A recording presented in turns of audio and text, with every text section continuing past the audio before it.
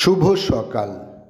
আজ ৩২শে আষাঢ় ১৪৩২, ইংরাজির ১৭ই জুলাই ২০২৫। ১৭ই জুলাই ১৮৩১ পশ্চিমবঙ্গের উত্তর ২৪ পরগনার ছোট জাগুলিয়ার বিখ্যাত বসু পরিবারে জন্মগ্রহণ করেন কবি, নাটককার ও মঞ্চাধ্যক্ষ মনমোহন বসু। পিতা দেবনারায়ণ বসু ছিলেন ডেভিড হেয়ারের ছাত্র এবং শিষ্য ছিলেন কবি ঈশ্বর গুপ্তের। তাঁর লেখা মঞ্চসফল জনপ্রিয় নাটকগুলি হল রামাভিষেক, সতী, হরিশ্চন্দ্র ইত্যাদি। ব্রিটিশ যুগের স্বাধীনতা আন্দোলনের অগ্নিযুগের নারী ছিলেন অমিতা সেন। আজ তাঁর জন্মদিন। ১৯১২ সালে আজকের দিনে বোলপুরে তিনি জন্মগ্রহণ করেন। তিনি রবীন্দ্রনাথ ঠাকুরের স্নেহধন্য আশ্রমকন্যা ও নোবেলজয়ী অর্থনীতিবিদ অমর্ত্য সেনের মা। শ্রাবণ মাসে জন্মেছিলেন বলে রবি ঠাকুর তাঁকে শ্রাবণী বলে ডাকতেন।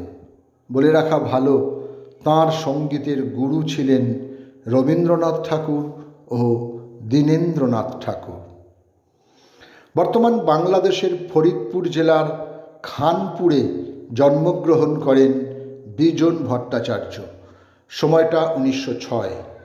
তিনি ছিলেন একজন বাঙালি নট, নাটককার, পরিচালক ও একজন ভালো সংগঠক। তাঁর বিখ্যাত নাটকগুলি হল জবানবন্দি, নবান্ন, কলঙ্ক, গোত্রান্তর, মরা চাঁদ, দেবী গর্জন, গর্ভবতী জননী প্রভৃতি। ভারতীয় ফুটবল দলের অধিনায়ক ও রক্ষণভাগের খেলোয়াড় মোহাম্মদ হাবিবের আজ জন্মদিন। সময়টা ১৯৪৯। অনেক ভারতীয় তাঁকে দেশের সর্বকালের সেরা ফুটবলারদের একজন বলে বিবেচনা করেন। ২০১৮ সালে তিনি বঙ্গবিভূষণ সম্মানে সম্মানিত হন।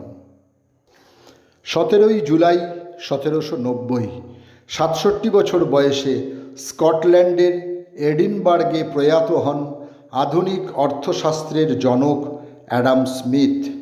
তাঁর উল্লেখযোগ্য অবদান হল চিরায়ত অর্থনীতি, আধুনিক উন্মুক্ত বাজারের অর্থনীতি, শ্রমের বন্টন। ২০০৫ সালে অ্যাডাম স্মিথ রচিত দ্য ওয়েলথ অফ নেশনস বইটি সর্বকালের সেরা ১০০টি স্কটিশ বইয়ের তালিকায় স্থান পেয়েছে।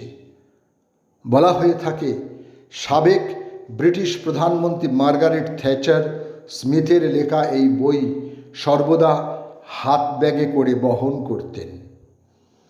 ঋষি নিবারণচন্দ্র দাশগুপ্ত ছিলেন একজন ভারতীয় বাঙালি স্বাধীনতা কর্মী। তাঁকে মানভূমের গান্ধী বলা হয়ে থাকে। ১৯২২ দীর্ঘদিনের সরকারি কাজে ইস্তফা দিয়ে সক্রিয়ভাবে অসহযোগ আন্দোলনে যোগ দেন এবং কারারুদ্ধ হন। ১৭ই জুলাই ১৯৩৫ পুরুলিয়ায় তিনি প্রয়াত হন। জীবনের শেষ কয়েকদিন তিনি গীতা পাঠ করে কাটান। শুভ ঠাকুর বা শুভগেন্দ্রনাথ ঠাকুর ছিলেন মহর্ষি দেবেন্দ্রনাথ ঠাকুরের প্রপৌত্র। ৭ দশকের জীবনকালে তাঁর পরিচয় ছিল চিত্রশিল্পী, কবি, পত্রিকা সম্পাদক ও শিল্প সংগ্রাহক। তাঁর রচিত গ্রন্থগুলি হল মায়ামৃগ, নীল রক্ত লাল হয়ে গেছে, অতন্দ্র, আলতামিরা ইত্যাদি।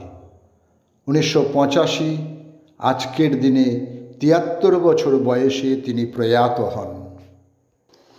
ভারতীয় চলচ্চিত্রে নায়িকাদের মধ্যে প্রথম গায়িকা এবং বাংলা চলচ্চিত্রের প্রথম স্বীকৃত তারকা কানন দেবীর আজ মৃত্যুদিন।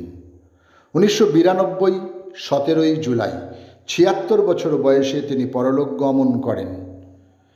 জয়তীশ বন্দ্যোপাধ্যায়ের চলচ্চিত্র জয়দেবে তাঁর প্রথম অভিনয়। সময়টা ১৯২৬। আধুনিক গানের পাশাপাশি রবীন্দ্রসঙ্গীতও গেয়েছেন তিনি, যা স্বয়ং রবীন্দ্রনাথকেও খুশি করেছিল। গানকে তিনি ভদ্র ঘর থেকে বাংলার সাধারণ ঘরেও জনপ্রিয় করে তুলেছিলেন।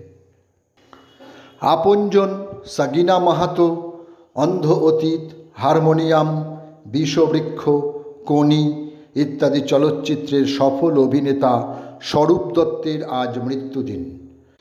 17 জুলাই 2019, 78 বছর বয়সে তাঁর মৃত্যু হয়। সকলকেই আমার আনত প্রণাম।